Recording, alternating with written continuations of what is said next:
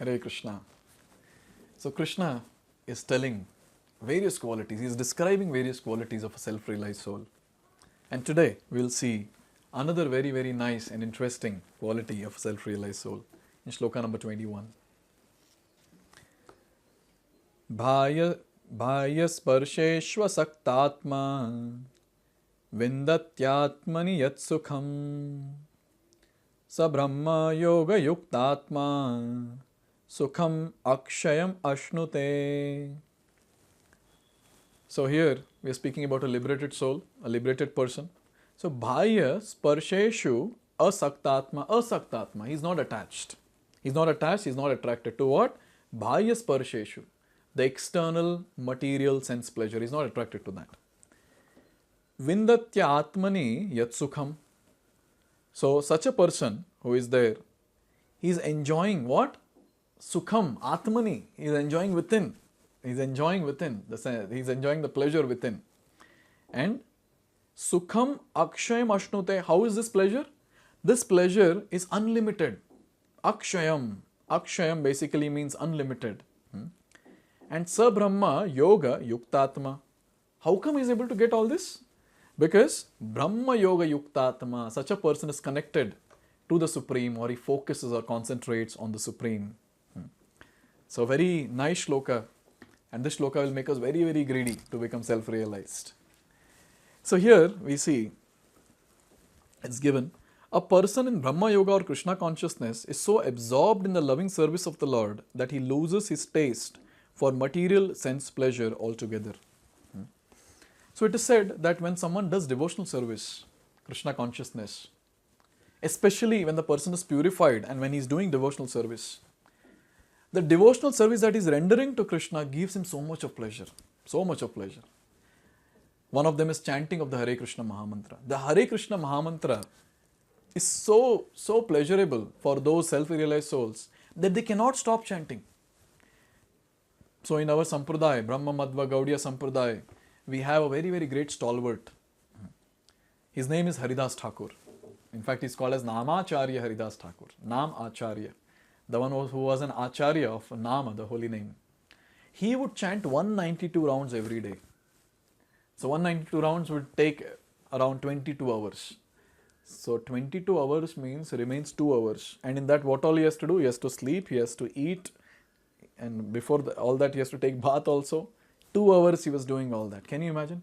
It is described sometimes he would sleep for half an hour, sometimes he would not sleep also. Sometimes he would eat, sometimes he would not eat. How come? How come people are able to do this for 22 hours?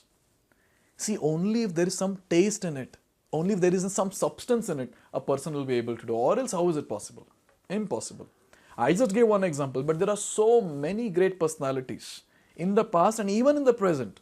There are so many who are just on and on and on doing devotional service. And they are not at all attracted to various things of this world. Because they very clearly understand what is this filthy world and what is there in this filthy world. Everything is temporary. Everything is temporary.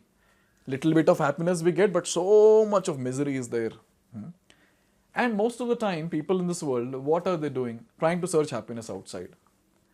And the outside world is so changing and disturbing. Every now and then the world is changing, isn't it? Things will change, people will change, because this world is a Shashvatam world. Ashashvatam, temporary. Everything is temporary, everything is changing, so everything is disturbing. So how can we depend on such changing world for permanent happiness? Very difficult.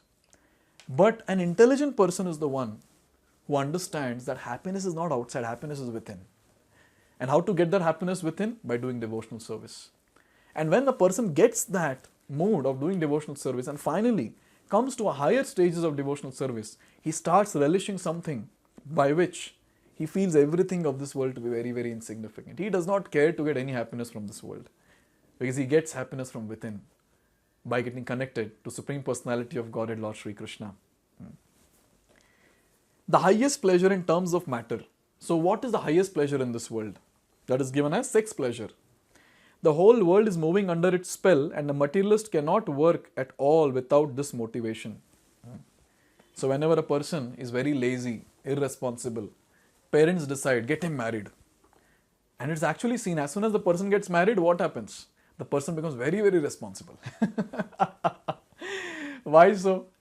Because then, he has a wife, then they will beget kids and the entire family grows and so much is there to take care. So automatically he becomes responsible.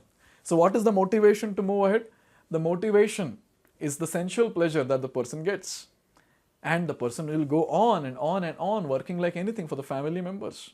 So very, very responsible now. Now after getting into married life.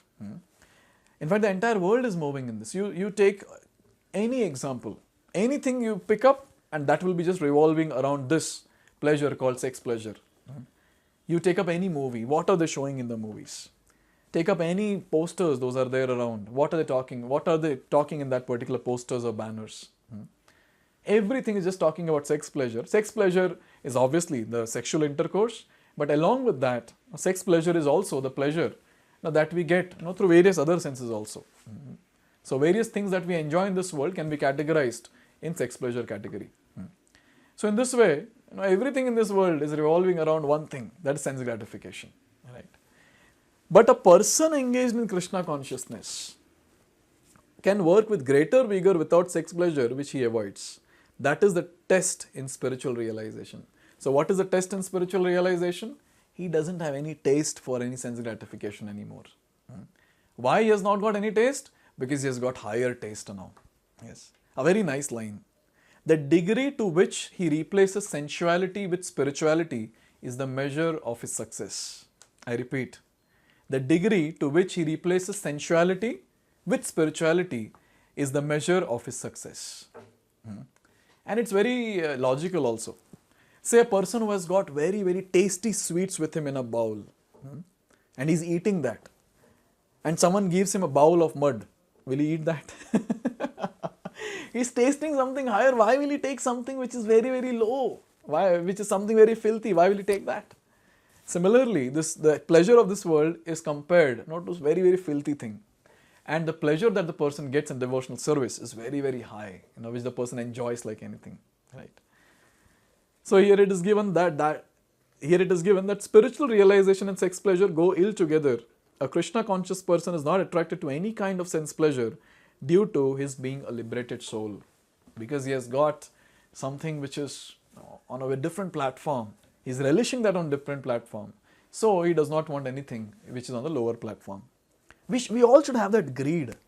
When will I get that when will I relish that pleasure which is there on the higher platform of Krishna consciousness? This greed should be there. And with this greed, every day we should practice devotional service. So are we supposed to do anything new to get that pleasure on the higher platform? To go to the higher platform, are we supposed to do anything new? No. Same thing. Every single day we have to chant the Hare Krishna Mahamantra, read the scriptures, the Vedic scriptures, especially Bhagavad Gita, hear various discourses on Bhagavad Gita, Srimad Bhagavatam, honor only prasadam, and associate with nice fired up devotees. So just by doing these basic things, A, B, C, D, A for association of devotees, B for books, and it also stands for hearing various discourses, C for chanting the Hare Krishna Mahamantra, and D is diet, prasadam. So if we can just do this A, B, C, D, automatically E will come, we'll get enlightened. We'll get enlightened, we'll go on to the next platform of Krishna consciousness, next level of Krishna consciousness, and at that time, the pleasure that the person gets is so great that he will not get attracted to these lower things, and when he does not get attracted to lower things, his life becomes very, very blissful, because now he is deriving pleasure from within and not without. So now Krishna is going to talk about why sensual desires are foolish. Very, very strong statement. But then this will make a very, very great impact when we understand this in our day-to-day life. So let's see that in the next video. Hare Krishna.